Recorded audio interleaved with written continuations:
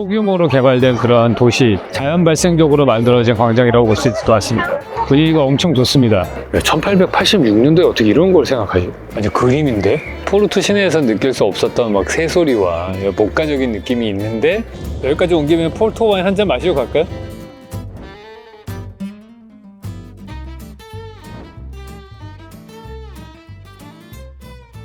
네, 안녕하세요. 저희는 지금 산벤토 기차역에 와 있습니다. 이곳에서 저희가 이제 포르투를 좀 살펴보려고 합니다. 전체 리소를 보시면은 기차역의 거의 여기가 종점이라고 할 수 있겠죠. 서쪽으로 와가지고 대서양 바다 끝에 있는 대서양하고 만나는 그런 기차역이에요. 보시면은 기차역이 딱 끝나 있거든요. 라인이 그렇게 많지는 않지만은 여기가 종점역이라는 걸 알 수가 있습니다. 멋있네요.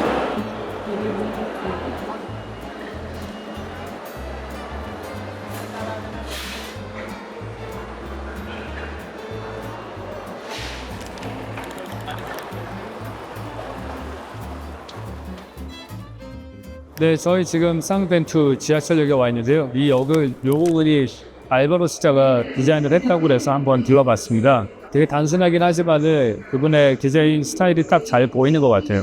보시면은 공간이 3등분 되어 있습니다. 오른쪽 플랫폼에서 올라오고 내려오는 그 수직 이동 동선이 있는 곳, 왼쪽 플랫폼 여기 올라오는 데 있죠. 그다음에 가운데 이동하는 동선이 있는데 여기에 지형을 보시면은 위에가 계속 경사져 있거든요. 그 얘기는 뭐냐면 천정고가 계속 바뀐다는 건데 보시는 것처럼 여기 천정고 가운데를 우물 천정처럼 위로 올렸는데요. 그게 이 지면을 따라서 이렇게 올라가게 되어 있습니다. 근데 이걸 전체를 다 따라가게 하면은 영역이 구분이 안 되니까 가운데만 따라서 올라가게 하고요. 천정고를 높게 만들어주고 그다음 밑으로 내려가야 되는 지역은 오히려 천정고를 낮췄어요. 그리고 어차피 이게 폭이 넓다 보니까 기둥을 만들어야 되잖아요. 근데 그 기둥을 이 낮춘 천정으로 가려서 기둥을 더 짧아 보이게 만드는 효과가 있습니다. 근데 보시면은 이 알바로 시자의 디테일들이 보이는데 이 끝에 보시면은 라운드로 된 파이프가 가다가 꺾여서 가는데 이거를 이제 건축가들은 여러 가지 방법들이 있어요. 이걸 같이 돌아가게 할 거냐 아니면 평철로 꺾어서 만들 거냐 뭐 고민을 많이 하는데 이 알바로 시자가 택한 방식은 이거죠. 라운드로 되어 있는 파이프가 오고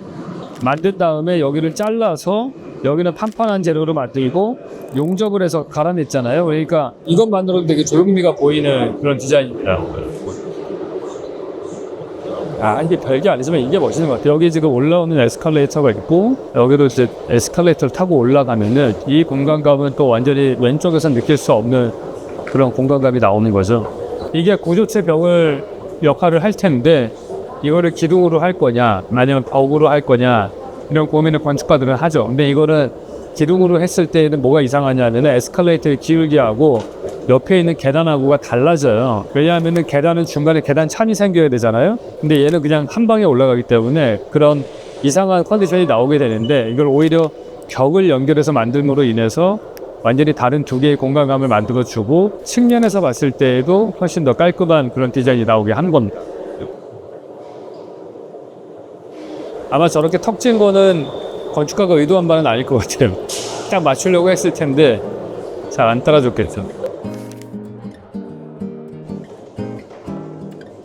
제가 아까 말씀드린 게 이런 겁니다. 이 기울기하고 이 계단하고 모양이 좀 다르잖아요. 그러니까 아까는 여기다가 벽을 하나 만들어 놨잖아요. 인터뷰 웬만하면 비가 안 오는데 여름에.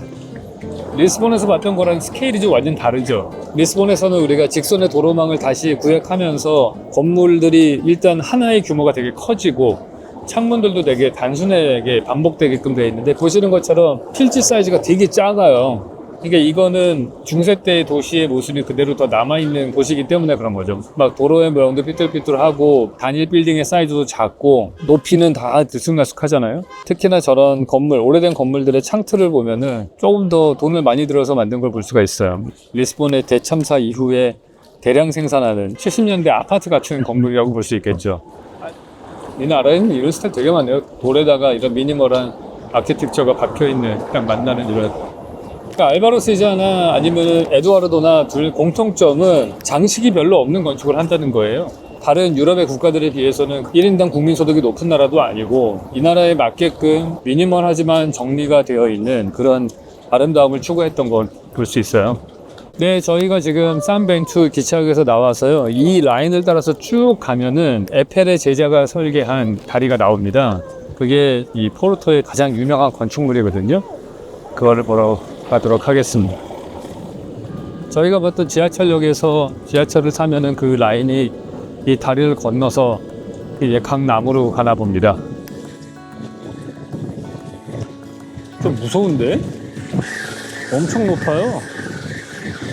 네, 론다에 다리가 하나 있는데요. 그 다리 돌로 만들어진 다리였는데 그 돌 다리는 이 정도 높이 됐거든요. 120m 높이였는데 거기는 난간이 이게 쇠가 아니고 돌이었어요. 돌이 밑이 안 보이잖아. 별로 안 무서웠어요. 근데 여기는 지금 와 장난 아닌데 이거 다리가 한 3개 정도가 유명해요. 이 다리 있고 두 번째 콘크리트 다리 있고 그 옆에 또 하나 다리가 있거든요. 제가 듣기로는 이 강의 수심이 50m가량으로 너무 깊어서 큰 배가 들어올 수 있다고 하더라고요. 이걸 계속 따라 올라가면서 이제 스페인이 되는 거예요. 이제 칼렘이라고 써있는 게 되게 유명한 포트와인 브랜드인가 봐요. 와 멋지다. 여기서 핸드폰 떨어뜨리면 큰일 나는 거지.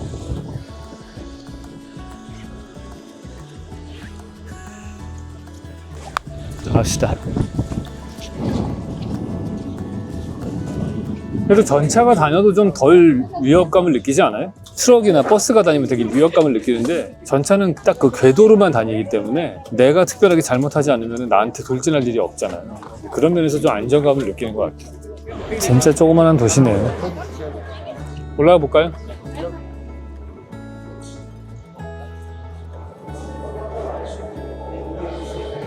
얘네들은 이 QR코드를 되게 잘 쓰더라. 모든 곳에.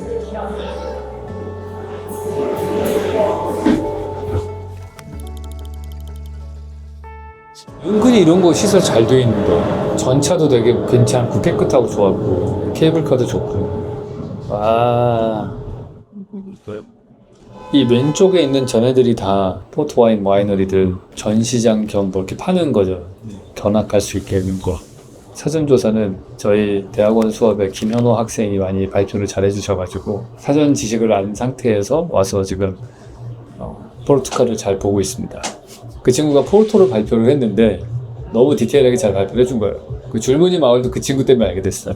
그 친구가 이것도 한번 타보라고 얘기를 해줬는데 개인적으로 한강에도 이런 거 하나 지나갔으면 좋겠어요. 뭐 강북과 강남을 연결하는 이런 케이블카가 하나 있다면 보행축 선상에 곤돌라가 은근히 이게 수송 능력이 좋잖아요. 지하철 다음으로 좋은 거라서 확실히 이게 도시를 땅에서만 바라보고 뭐 이러다가 이 케이블카로 한번 쫙 내려다보는 이 시점을 가지는 거는 임팩트가 있는 것 같아요.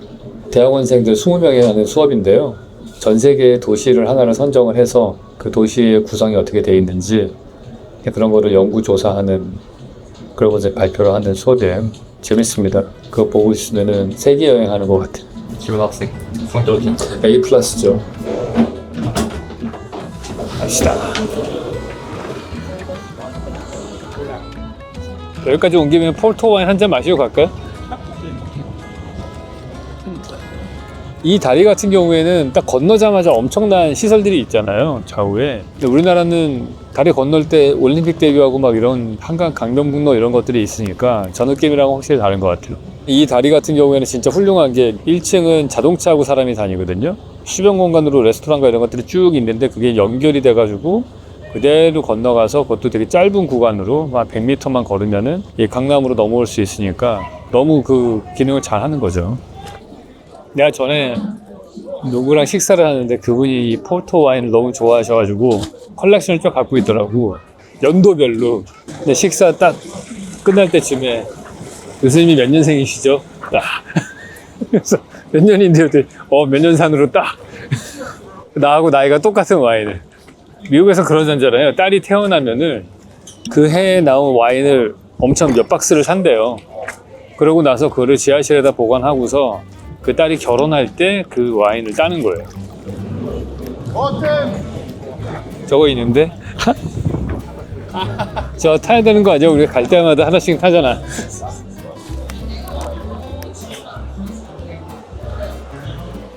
와우. 좋은데? The camera? The camera is best. Yeah. Shaking. 여기서 또 한 번 애국하는구나, 내가.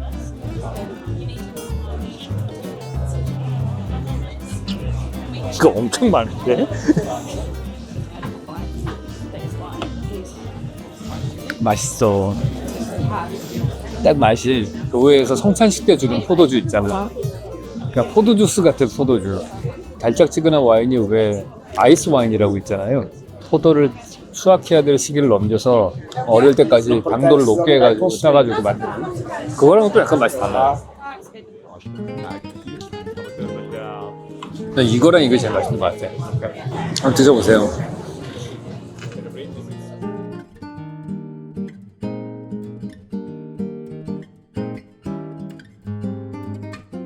네, 저희 지금 쌍벤투 여기서부터 시작해서 이 상업 걸어가 쭉 내려와서 내리막으로 따라 내려오면은 지금 여기에 광장에 도착하게 됩니다. 앞에 강이 있고요. 여기서 왼쪽으로 가면은 아까 낮에 보셨던 그 에펠의 제자가 만든 다리가 쭉 보입니다. 아까는 우리가 2층으로 높은 지대에서 건너가는 걸 봤잖아요. 요번에는 낮은 층으로 가는 걸 한번 걸어보려고 합니다. 그리고 리스본에서는 광장이 되게 기획된 그 궁정광장이라고 있었잖아요. 그거에 비하면 스케일이 엄청 작죠. 기획되지 않아서 자연스럽게 만들어진 그런 광장이어서 그런 것 같아요. 건물들의 스케일도 훨씬 작고요. 소규모로 개발된 그런 도시, 자연 발생적으로 만들어진 광장이라고 볼 수 있을 것 같습니다. 분위기가 엄청 좋습니다. 11시 반쯤 됐는데 여기는 워낙에 해가 늦게 져서 한 11시 반 정도 돼야지 저녁 같아요. 강가에 벤치들도 쭉 있고요. 근데 여기는 강의 수위가 높낮이가 별로 그렇게 바뀌질 않으니까 강을 걸을 때 이 수위가 그렇게 우리나라처럼 한참 밑에 있는 듯한 느낌이 안 들어서 좋은 것 같아요. 동 루이스 다리는 1886년도에 만들어졌다고 하는데요. 당시에 만들어진 다리 중에 제일 길다고 합니다. 이게 밑에 있는 짧은 다리는 170m가 좀 넘고요. 높이가 85m라고 하니까 그 론다에 있는 돌로 만들어진 다리보다는 좀 낮은 거죠. 근데 정말 두 다리가 아주 상반된 느낌인 것 같아요. 이거는 쇠로 만들었으니까 속이 텅 비어 보이잖아요. 그러니까 선형의 요소로 만들어진 공장에서 제작된 재료를 갖고 와서 조립만 한 거고요. 론다에 있는 다리는 돌로 만들어진 다리고요. 여기서 한번 다리 좀 볼까요? 390m 다리가 위로 쫙 가고 있고 그 가운데를 아치 구조가 받치고 있죠. 지지대는 지금 저기 개선문처럼 되어 있는 거가 받치고 있는데 그게 옆으로 밀리면 안 되니까 이거를 포스트가 서가지고 기둥이 이걸 누르고 있죠. 그럼 저 다리의 하중이 이 돌을 누르면은 이 오른쪽에는 아치가 오른쪽에서 왼쪽으로 미는 거를 더 지탱할 수가 있겠죠. 상당히 아름다운 것 같아요. 하나의 다리지만은 두 개의 다른 높이에서 강을 느낄 수 있게 한다. 그거 되게 재미난 것 같고요. 위에는 전철이 가고 밑에는 자동차가 가고 기능적으로 분리한 것도 되게 재밌고요. 1886년도에 어떻게 이런 걸 생각하지? 아마 우리나라에서는 그 당시에 가장 긴 다리가 살고지 다리이지 않았을까. 어마어마한 기술력의 차이네요. 와, 진짜 에펠탑이랑 구조적인 원리가 비슷한 것 같아요. 하나하나의 부자가 또 작은 트러스로 만들어져 있어요.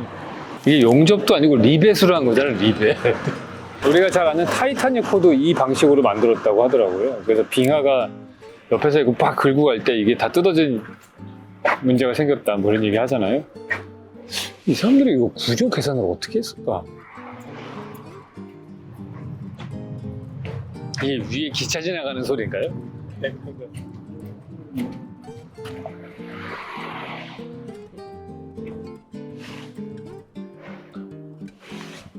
포르투라는 도시는 기원전 1세기에 로마 사람들이 이미 시작을 했다고 해요. 그거보다 더 올라가면 기원전 8세기부터도 정착을 해서 사람들이 살았던 곳이고 2100년 전부터 시작을 해서 도시가 만들어지기 시작을 해서 지금의 이 도시의 모습은 중세 때에도 많이 갖춰졌다 이렇게 볼 수 있는 거죠.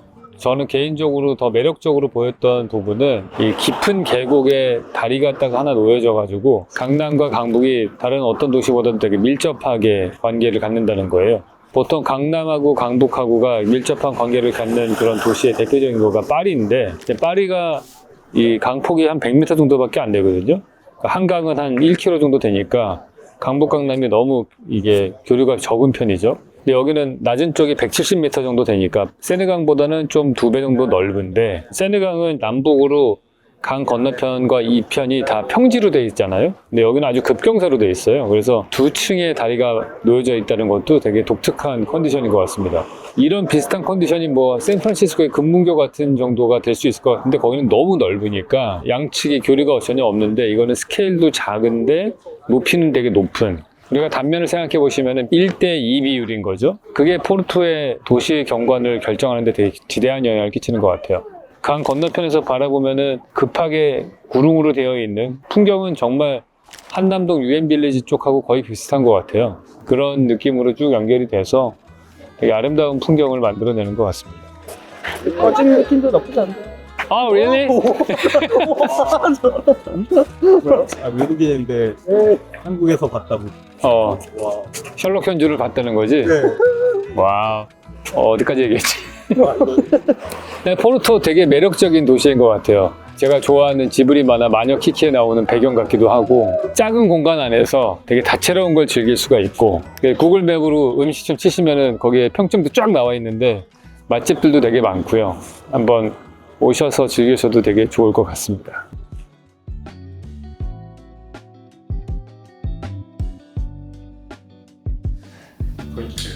일단 저는 해외 여행 갈 때 맨 먼저 보는 게 관광 명소가 될 만한 데가 이제 구도심에 많잖아요. 그래서 구도심에서 제일 가까운 위치 중심부에 숙소를 잡습니다. 이번 여행은 좀 특별하게 제가 큰아들하고 같이 왔기 때문에 다 큰아들하고 같은 방을 쓸 수는 없잖아요. 그래서 다른 방을 가질 수 있는 그런 방 2개짜리 그런 데로 찾았어요. 운 좋게 저는 되게 마음에 드는 방을 찾은 것 같아요. 당연히 제가 더 좋은 방을 차지를 하게 되는데 이 방 같은 경우에는 이게 이제 안방인 것 같은데 특이하게 여기 킹 사이즈 베드가 있지는 않고 싱글 베드 2개가 놓여져 있었더라고요. 그리고 화장실을 투명하게 만들어 놨습니다. 저도 어디 디자인할 때 항상 화장실을 되게 투명하게 만들어 놓는 편인데 안방에 있어도 되게 좀 넓은 느낌이 나게끔 돼 있고, 이 방의 특징은 여기서 되게 이 광장이 되게 잘 보여요. 안타깝게 저희가 있는 동안에 날씨도 좀 안 좋고 했었잖아요. 근데 오늘 처음으로 비가 계속 바깥이 잘 보이는데 광장이 있어서 되게 좋았고, 앞에 연구 조망이 항상 있는 거죠. 여기 화장실이 또 하나 있습니다. 샤워실하고 같이 되어 있는 게 있고, 저거는 이제 2번째 방인데 거의 폭탄 맞은 수준이기 때문에 들어가면 안 되고요. 여기 특징적인 게 이제 여기가 꼭대기층이잖아요. 근데 꼭대기층에 한층 더 올라가면은 리빙룸 존이 하나 더 있습니다. 여기가 뭐 TV 보고 밥 먹고 왔는데 한 번도 써본 적이 없는 것 같아요. 여기가 부엌이고 여기도 마찬가지로 한 번도 안 썼습니다. 뒤쪽에서 막 다리도 보이고 되게 멋있어요. 야, 잔디밭에 누워 선탠하네 사람들.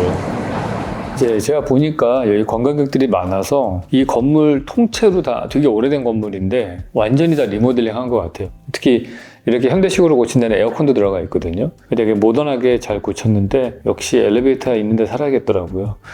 너무 힘들어. 그럼 이제 준비해서 나가면 되나요? 콘크리트하고 우드 투톤으로만 딱 아주 정갈하게 정리를 했는데 환기가 안 돼요. 이 계단 올라올 때마다 숨이 차 죽겠어요.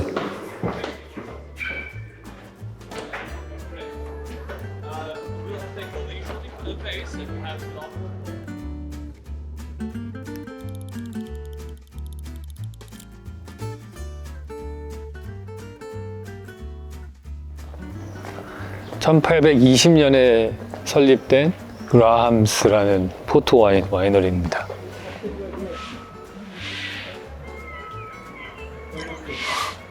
진짜 저 다리는 완전히 랜드마크야.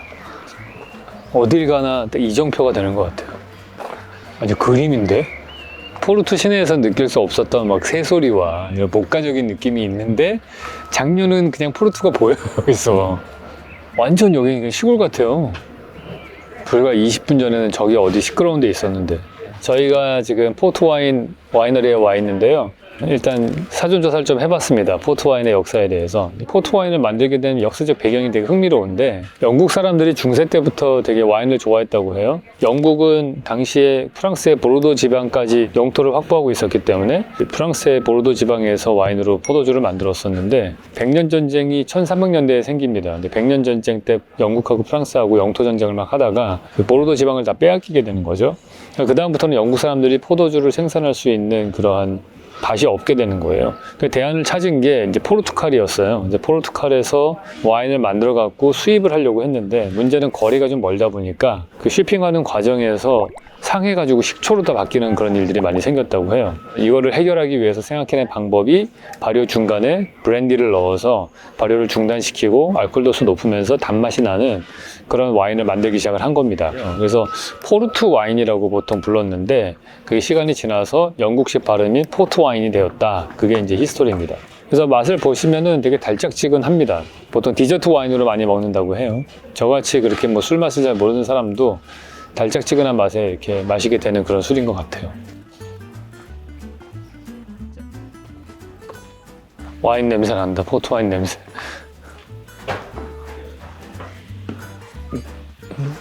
와우. It's a beautiful lodge. Have you tried port wine before? Sure. Yes, very well. We don't sell them because we also big renovation like 10 years ago. Instead of letting the fermentation to go on, we look to extract that seed that runs away from here. So someone wanted something, say we'll take the casks.